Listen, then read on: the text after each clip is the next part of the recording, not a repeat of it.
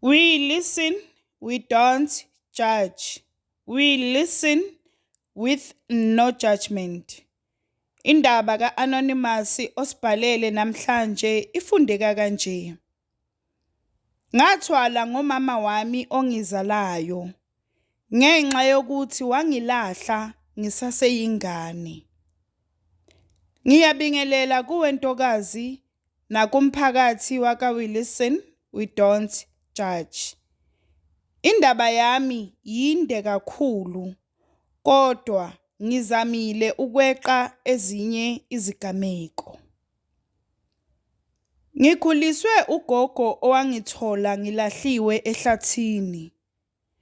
Uma ngizwa kuthiwa cishe ngase nginenyanga ngizelwe. Kuthiwa ugogo lo wayoyotheza kulelo hlathi. Wezwa nje ingane ikhala. Makathi uyobheka wangithola ngigoqwe ngengubo. Wangithatha ke ugogo wahamba nami ekhaya.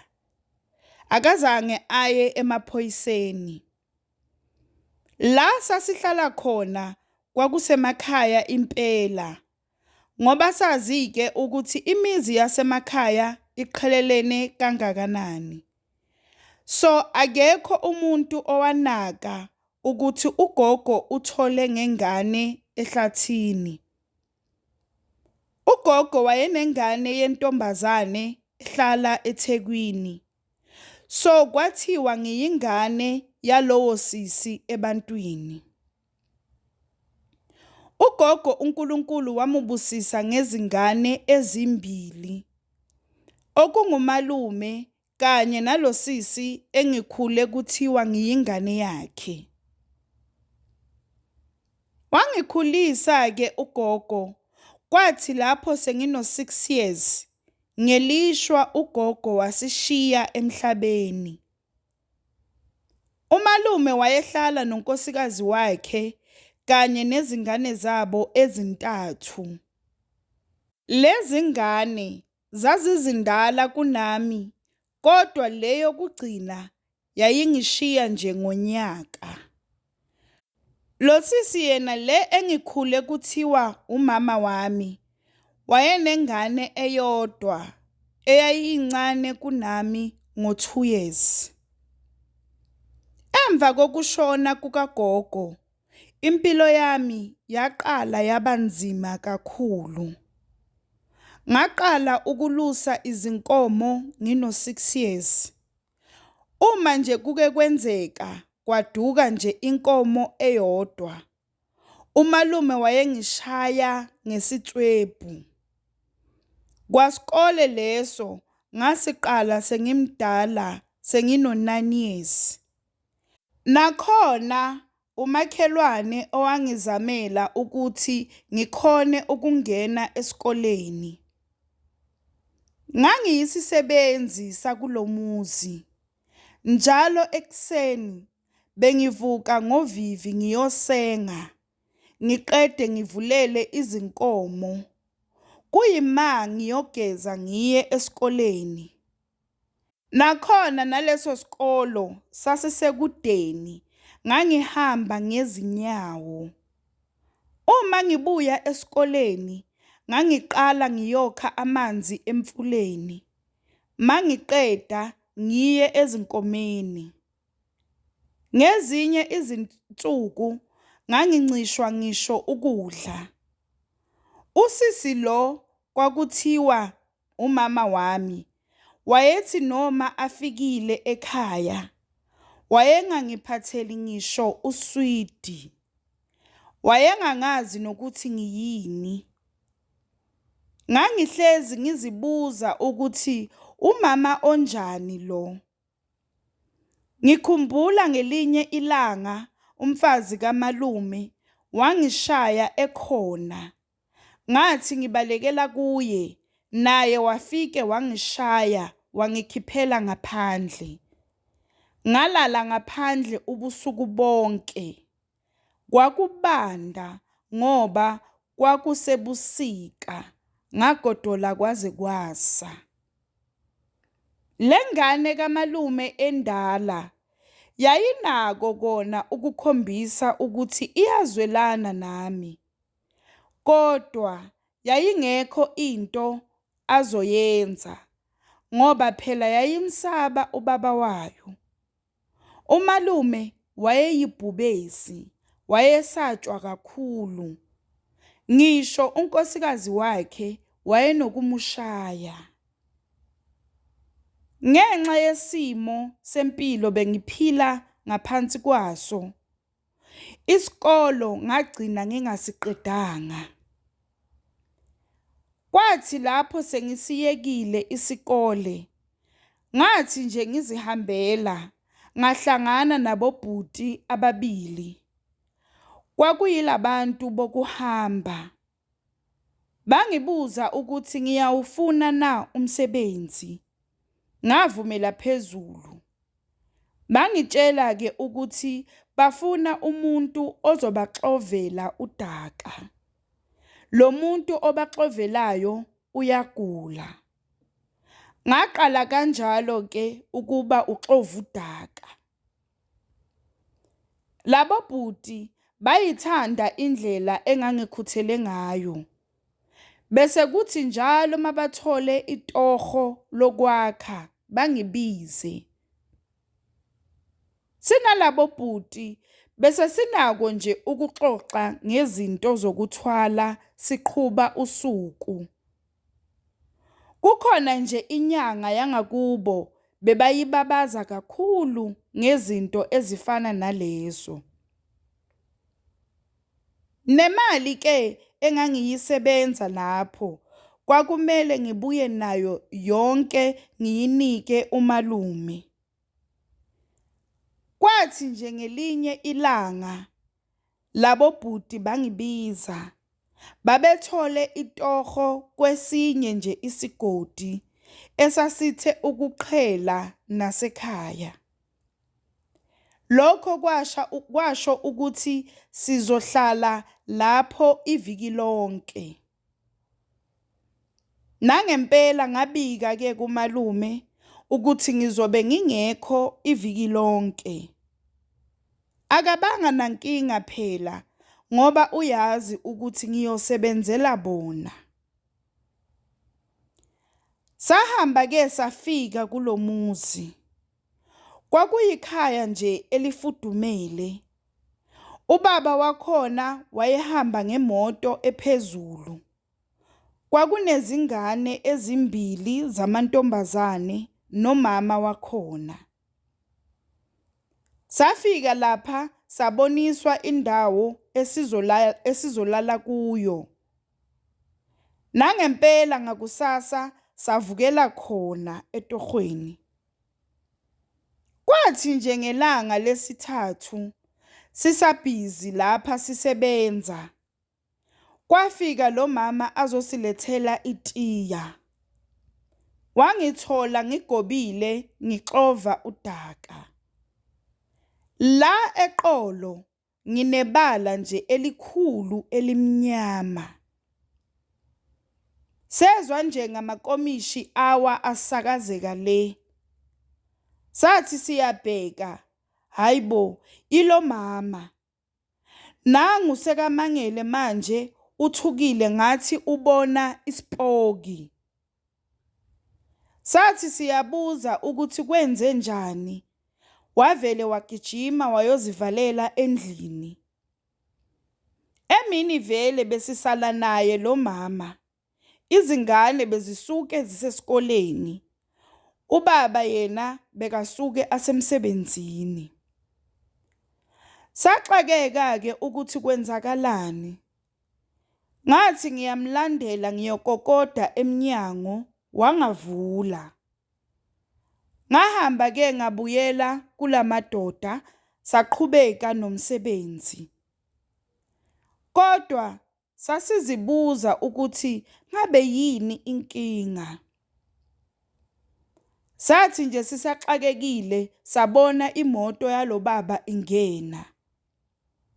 Yilapho-ke la sabona khona ukuthi ngathi iserious lento.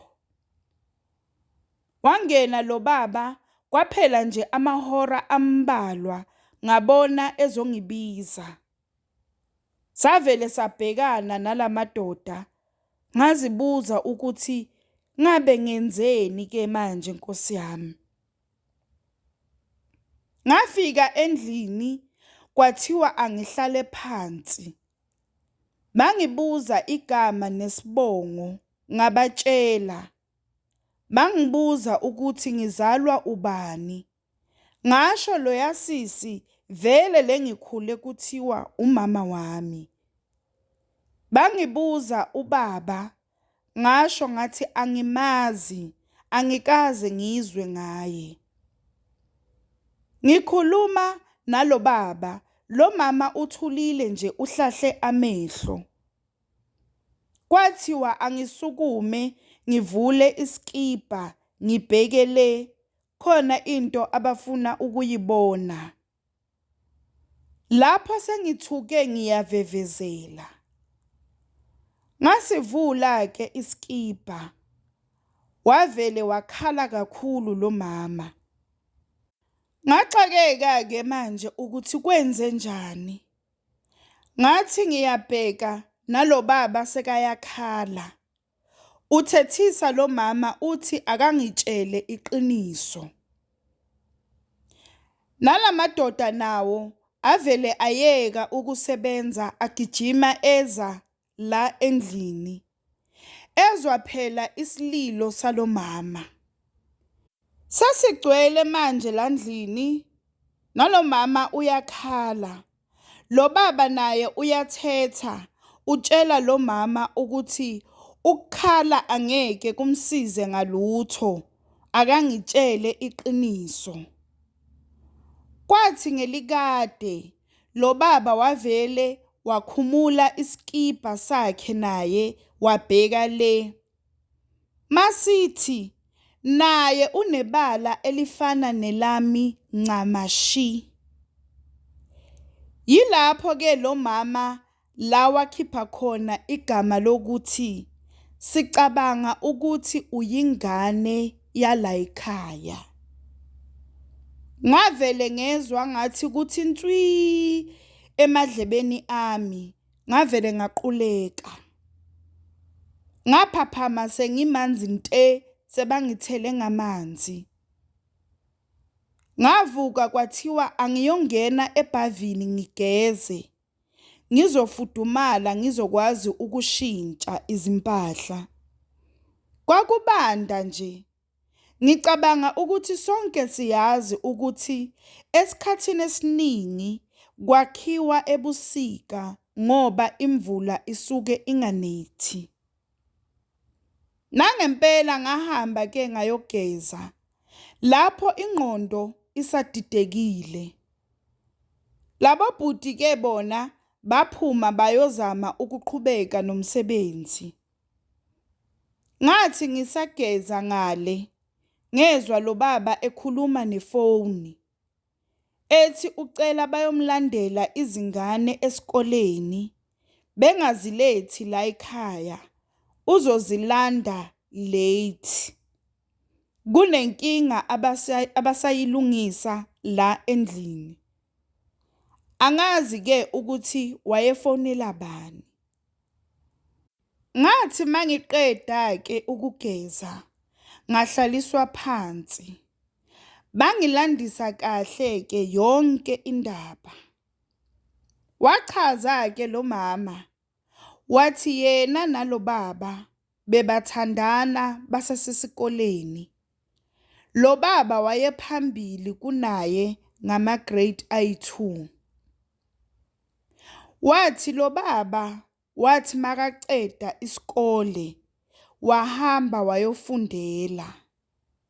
Kanti ushiya lo mama usekhulelwe mina. Kodwa wayengakazi ngoba isisu sasingakabonakali.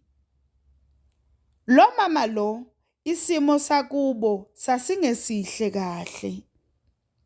Bashonelwa abazali basasebancane. Babehamba behlala benosisi wakhe. Lo mama lo ngokubuka-ke isimo sempilo wayephila ngaphansi kwaso, wabona ukuthi kungcono ahambe ayongishiya ehlathini. Mhlambe ngizotholwa abantu abazongikhulisa. Wabona-ke ukuthi kungcono angishiye esigodini esithe ukuqhela nala bekahlala khona, kuze angeke aphinde angibone. Usisi wakhe lo mama wayeyazi le ndaba yokuthi usisi wakhe walahla ingane. Kwaba nje imfihlo yabo abebathi bazongena nayo egodini. Kwathiwa-ke lo baba wathi mayeqeda lento bekayifundela, wabuya wayofuna isithandwa sakhe, baqhubeka nempilo, bashada baze baba nezinye izingane. Kwathiwa-ke lebala leli enginalo lisuka kumkhulu wami. Wonke umuntu oyinzalo yalomkhulu unalebala. Kwathiwa kanti futhi ngifana ncamashi naye umkhulu wami. Yazi kwakungathi ngiyaphupha. Kwakungathi khona ozongivusa athi ngiphupha kabi. Wathi-ke lo baba ngoba ilanga selishonile, asilaleni, ekuseni yena uzovuka ayokwazisa ubhuti wakhe omdala ngalodaba. Nginitshela ukuthi angilalanga ngalobo busuku. Ngangicabanga ukuthi kanti ngikhula kanzima kanjena, kanti nginabazali. Yingakho kanti bebangihlukumeza kuloya muzi, vele angisiye owakhona.